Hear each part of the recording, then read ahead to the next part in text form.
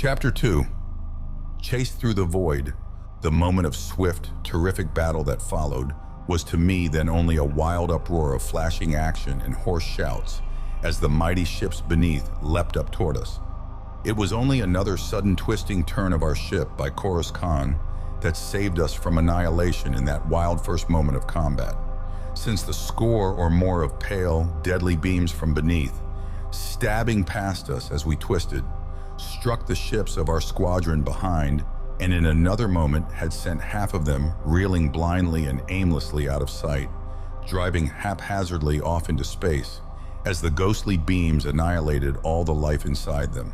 Then, as we raced still through space above the mighty swarm, the score of attacking ships suddenly divided, a dozen of them driving up toward the ships behind us, while the remainder flashed toward us, their great pale rays still stabbing and slicing as they leapt on.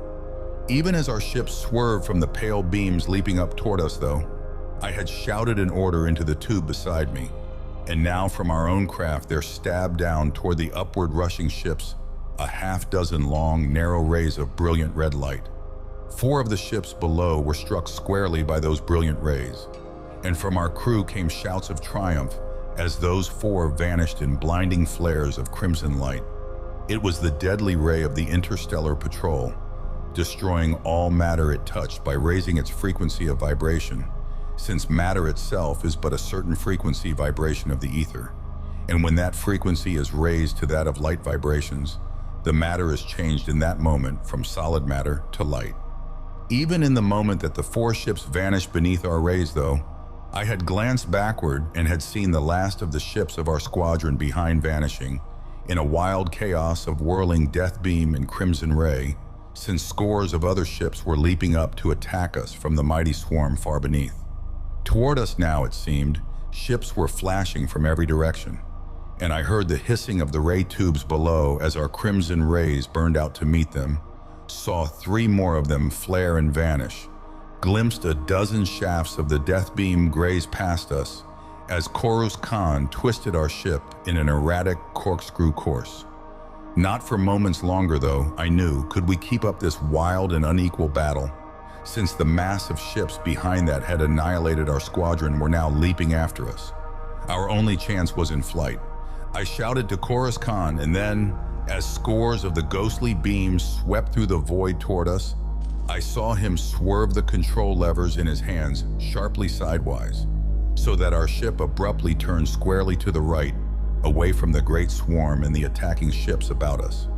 It was a maneuver that caught those ships off their guard, and traveling as we were at the terrific velocity of 500 light speeds, it put millions of miles of space between us and the great swarm before the attacking ships could realize what we had done. In a split second, they had vanished from sight about us, and we were again rushing on through black and empty space, turning now and again, heading toward the galaxy's far-flung suns. But as I gazed anxiously at the big space chart, I saw that now the great swarm of black dots upon it had slanted from their former course and was heading straight after the single dot that was our ship. By means of their own space charts, which I knew they must have, they had discovered our trick and were in pursuit. "Let her out to full speed," I cried to Coruscant. "They're after us, and our only chance is to get to the galaxy ahead of them." Instantly, Coruscant opened wide the power controls, and with a mounting humming roar, our great ship went rapidly into its highest speed, its great generators flinging it on through the ether at 1,000 times the velocity of light, propelling it headlong onward toward the galaxy that lay still far ahead. Its mighty disc-like mass of shining suns stretched across the blackness of space before us. And behind us rushed the great swarm too, racing on after us and toward the galaxy still. I knew that the speed of that mighty swarm of ships must be inconceivably greater than that of our own, since we ourselves had seen them on our charts racing in toward the galaxy from outer space with velocity unthinkable, a velocity which we had thought could only be due to some great ether current, and which they had only slackened as they drew near the galaxy. There was a slender chance, though, that we might yet escape, and now as we rushed on toward the galaxy in headlong flight, I turned quickly to the speech projection instrument beside me, pressing a button in its base. A moment later, there came from it a clear, twanging voice. "General Patrol Headquarters at Canopus," it announced, and swiftly I responded. "Dur Nal, Captain of Patrol Squadron 59877 speaking," I said. "I desire to report the discovery of a swarm of some 5,000 strange spaceships which have appeared out of outer space, heading toward the galaxy. These ships are apparently capable of immense speeds and are armed with a form of death beam unfamiliar to us, but extremely deadly in operation. On discovering these ships, we were attacked by them, and all of my squadron except my own ship destroyed. Our own ship is now being chased inward toward the galaxy, heading in the general direction of the Cancer Cluster. And though the swarm is gradually overhauling us, we may be able to escape. From the size, number, and deadly armament of these alien ships, it is apparent that they contemplate a general attack upon our universe." There was a moment's pause when I had finished, and then from the speech instrument there came the metallic voice again, as calm as though I had made only a routine report of position and progress. "Order of Lac Larus, Chief of the Interstellar Patrol, to Dur Nal. You will make every effort to elude the pursuing swarm, and if you can do so, will endeavor to draw it into the Cancer Cluster. All the cruisers of the Interstellar Patrol will be assembled inside the cluster as swiftly as possible. And if you are successful in drawing the pursuing swarm inside, it will be possible for our fleet to fall upon it in an unexpected attack and destroy these invaders, whatever their source or purpose, before they can obtain a foothold in the galaxy. You have the order?" "I have the order," I replied, as calmly as possible, and with a word of acknowledgement, the twanging voice ceased. I wheeled around to Korus Khan and Jul Din, a flame of excitement leaping within me. "It's a chance to destroy them all," I exclaimed. "If we can hold out until we reach the galaxy, can lead them into that cluster." Their own eyes were afire now, as they saw the chance, and now Korus Khan tightened his grasp on the controls, gazing grimly ahead with power open to the last notch, while Jul Din strode swiftly out of the pilot room and down to the ship's hull beneath, where, in a moment more, I heard his deep voice booming out orders to the crew as they labored to wring from our throbbing generators the last ounce of speed. Yet now, too, looking up at the big space chart, I saw that the gap on it between our single little ship dot and the great swarm of dots behind was terrifyingly small, a gap of less than a half-inch, which represented no more than a few billion miles of space. And slowly, steadily, that gap was closing as the great swarm slowly overhauled us. With their immense potential speed, they could have flashed past us in a moment, had they so desired. Yet I knew too that they dared not use such terrific speed so near the galaxy, and that even did they use it, we would be able to turn and double before they could slow down enough to catch us. Their plan, it was obvious, was simply to overhaul us slowly until they had just reached us, and then sweep down on us with the death beams while we strove in vain to escape them. So at our utmost speed, we flashed on through the void toward the galaxy, a mighty belt of burning suns across the blackness before us, and toward the close-massed cluster of suns at its edge that shone among the scattered stars around it like a solid ball of light, while there rushed after us through space at the same mighty speed the great swarm of strange craft which we were attempting to lead into that cluster. Surely in all time was never so strange a flight, a pursuit, as this one, a flight inward through the void, with unimaginable beings from the mysteries of infinite outer space as our pursuers, flashing on in thousands on our track. Toward us and toward the galaxy they meant to attack. Far ahead in that galaxy too, I knew, its forces would be preparing to meet that attack.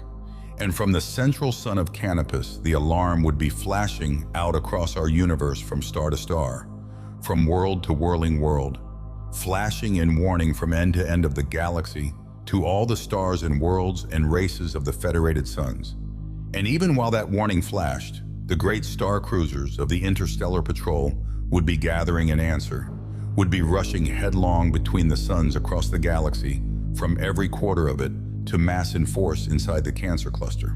Could we escape the pursuing swarm and lead it into that cluster, it would still be hours, I knew, before we reached it, even at our tremendous speed. And in those hours, all the fighting ships of the galaxy would be racing toward the rendezvous there and massing to meet this mighty invading fleet. Could we escape? The thought beat monotonously through my brain as I stood there with Chorus Khan, silent as the Antarian as we watched the great swarm of dots creep closer and closer to us on the space chart. On and on, our ship was racing, the throbbing generators now making the whole ship vibrate with their vast power. And visibly, the galaxy's shining suns were largening ahead as we flashed on toward them. Yet as the minutes passed, forming into an hour, and then another, the great swarm behind crept ever remorselessly closer. Rocking and swaying as we plunged through great ether currents, we held still straight toward the ball of swarming suns that was the Cancer Cluster, at the galaxy's edge ahead. Yet still we had covered no more than 2/3 of the distance that had separated us from it, and now the great swarm was no more than a few million miles behind, a mere fraction of an inch on the space chart. It was as though our pursuers were but playing with us. So calmly and steadily did they overtake us. And in despair, I turned from the galaxy's mighty rampart of stars ahead to the rear distance windows. A moment more, I knew, and the thousands of ships behind would be drawing into sight in those windows, would be speeding down upon us even as we sought to flee, and would annihilate us with an attack which we could not hope to escape a second time.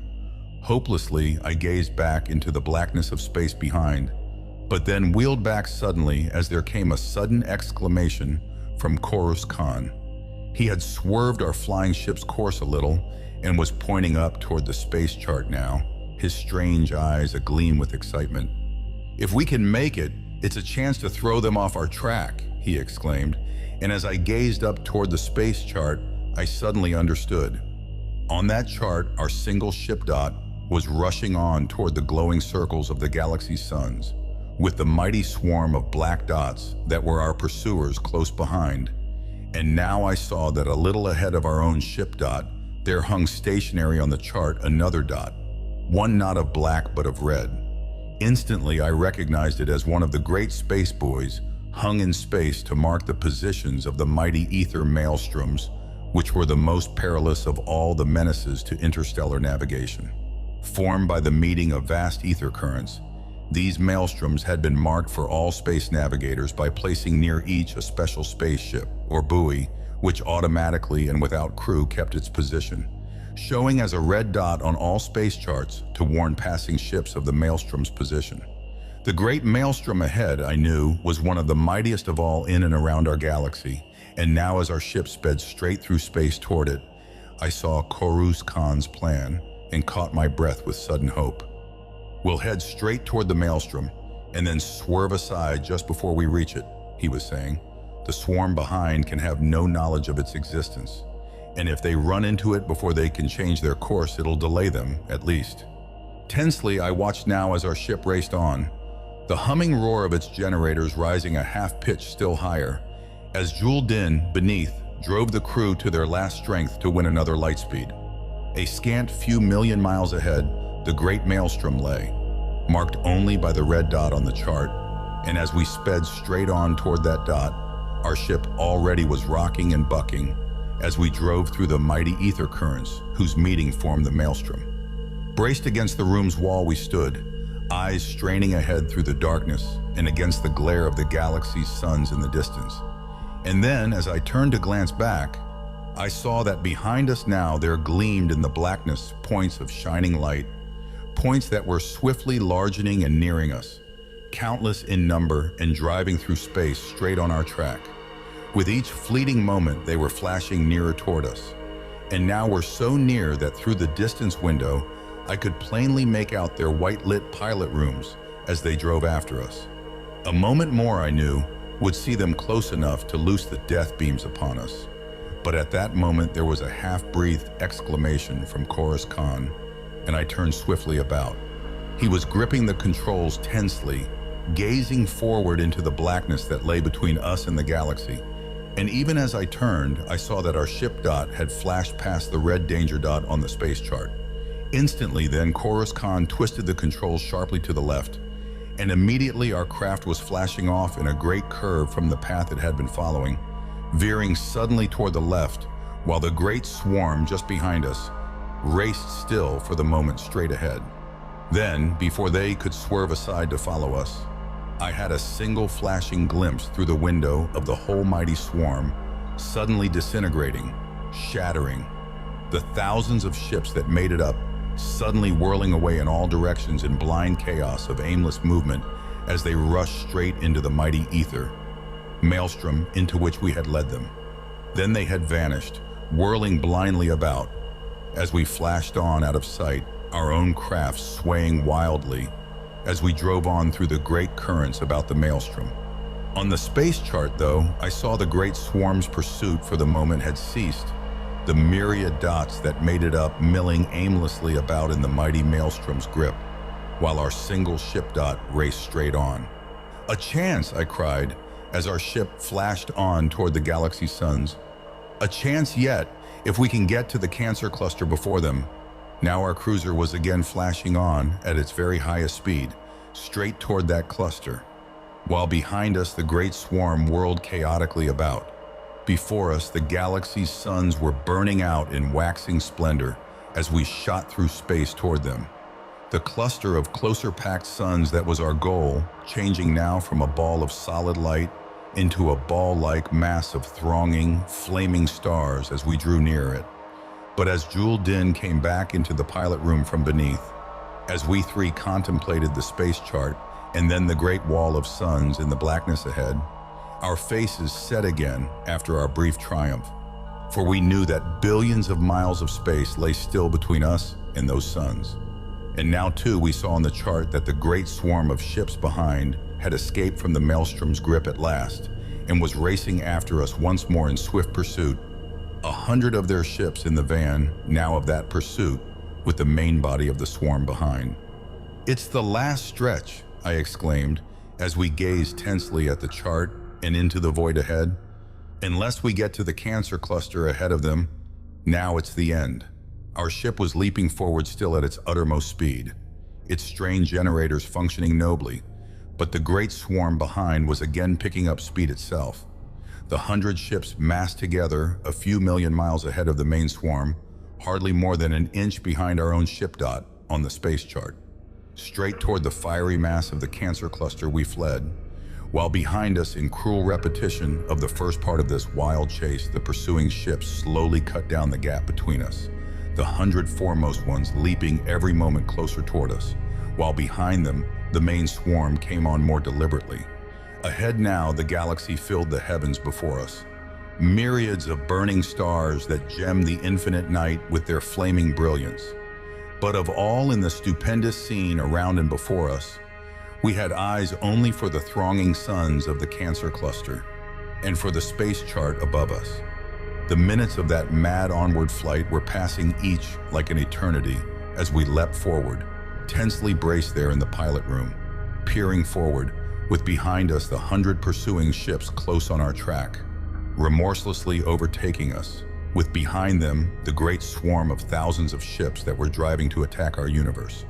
Ahead of us, I knew there somewhere in the flaming cluster of suns before us, the cruisers of the great Interstellar Patrol, the warships of our universe, would be gathering and massing to meet that great invading fleet. But unless we could escape and lead it into the cluster where they waited, they would have no chance for a surprise attack. Before us by now, the great cluster lay in waxing, flaming splendor, only a scant few billion miles ahead, its thronging, gathered suns burning out in supreme glory amid the galaxy's looser swarming suns. But now the 100 foremost ships of the mighty swarm behind were almost upon us. Even as I turned now toward the distance window behind me, I heard a deep exclamation from Jul Din, who had turned to gaze back also, and as I too gazed through that window, a chill seemed to creep through my very blood, for light points were showing there in the blackness behind, and drawing swiftly nearer. It was the 100 foremost ships. Ever closer they were racing toward us, overtaking us again with every moment, while far behind them, the main swarm raced on after them. With each passing moment, the light points behind were broadening, brightening as the ships came closer. But now the great cluster ahead loomed full before us, its myriads of flaming, thundering suns drenching all in our pilot room in their fierce, terrific glare. Straight ahead of us, at the mighty cluster's outmost edge, flamed a great double star among all the other thronging stars that made it up, two giant white suns separated only by a comparatively narrow gap. And straight toward that narrow gap our fleeing ship was heading. Behind us now, the 100 long oval ships were drawing into plain sight, their white-lit pilot rooms giving us brief glimpses inside of massed machinery, and slender beings we could but half glimpse that moved inside. From the foremost of those ships now, there stabbed out toward us the broad, pale, ghostly beam of death. But as yet the gap between us was too wide for the beam to bridge, and we flashed onward still, the gleaming shapes of our pursuers leaping still closer. Before us now the whole firmament seemed a wild chaos of gigantic suns, as we raced straight in toward the mighty cluster, with ahead the narrow gap that separated the two giant white suns toward which we were heading. Jul Din gripped my shoulder, pointed ahead, shouted to me over the roar of our generators. "Unless we slacken speed, we'll never make it through that gap without driving into one of the suns," he cried. I shook my head. "It's death either way," I yelled to him. "Our only chance is to drive between them at full speed." Now before us the whole heavens seemed a single vast sheet of boiling white flame as we drove in toward the two mighty thundering suns, the gap between them seeming no more than a narrow black cleft at the terrific velocity at which we were moving. At our topmost speed we rushed toward that narrow gap, the ships behind still leaping full upon our track, closing swiftly down upon us now. And now as Coruscant braced himself and held our controls still steady, we were flashing squarely in between the two gigantic suns. On either side of us they towered, thundering, boiling upright oceans of devouring, brilliant white flame, whose awful glare all but blinded us, seeming to fill all the universe about us with one great mass of raging fires. Out toward our onward flashing ship there licked from the great suns on either side titanic tongues of flame, bursting out toward us for millions of miles. Huge prominences that could have licked up worlds like midges. But straight on between the walling fires, our throbbing ship still flashed. Now the 100 ships behind, still after us through that hell of light and flame, were racing down upon us even as we sped between the giant flaming suns. And now from behind shot shaft upon shaft of the pale death beams, hardly to be seen in the awful blinding glare. As the beams sprang toward us though, Coruscant swerved to the left, and for a moment it seemed that we had swerved from death in one form only to meet it in another, since at our terrific speed, we veered millions of miles in that moment toward the left gigantic sun. Its boiling fires were all about us, seemed to encompass us, and then just as it seemed that we were racing into the mighty glowing corona, to our deaths Coruscant had swerved our ship backward into the center of the narrow gap. And now we were reaching that gap's end. We're passing from between the giant suns and out into more open space inside the great cluster, with the pursuing ships again leaping forward to loose their deadly beams. Out from between the two great suns we flashed. Before us now the interior of the mighty cluster, a great swarm of flaming suns that thronged space all about us, and about many of which swung great families of planets, dozens of whirling worlds. Even as we shot into the interior of the great cluster, though from between the two giant suns, the 100 pursuing craft had leaped forward upon us with one great burst of sudden speed, were behind us on each side, all about us. It was the end we knew, and there was an instant of sheer silence as we waited for that end, waited for the pale beams of death from the ships about us. But before they could loose those beams, there flashed suddenly upon them from each side other ships, two mighty masses of ships like our own, that burst suddenly out upon our pursuers from behind the two great suns between which we had just come. Ships like our own, ships long and slender and gleaming, ships of the Interstellar Patrol, striking at the vanguard of the invaders in defense of our universe.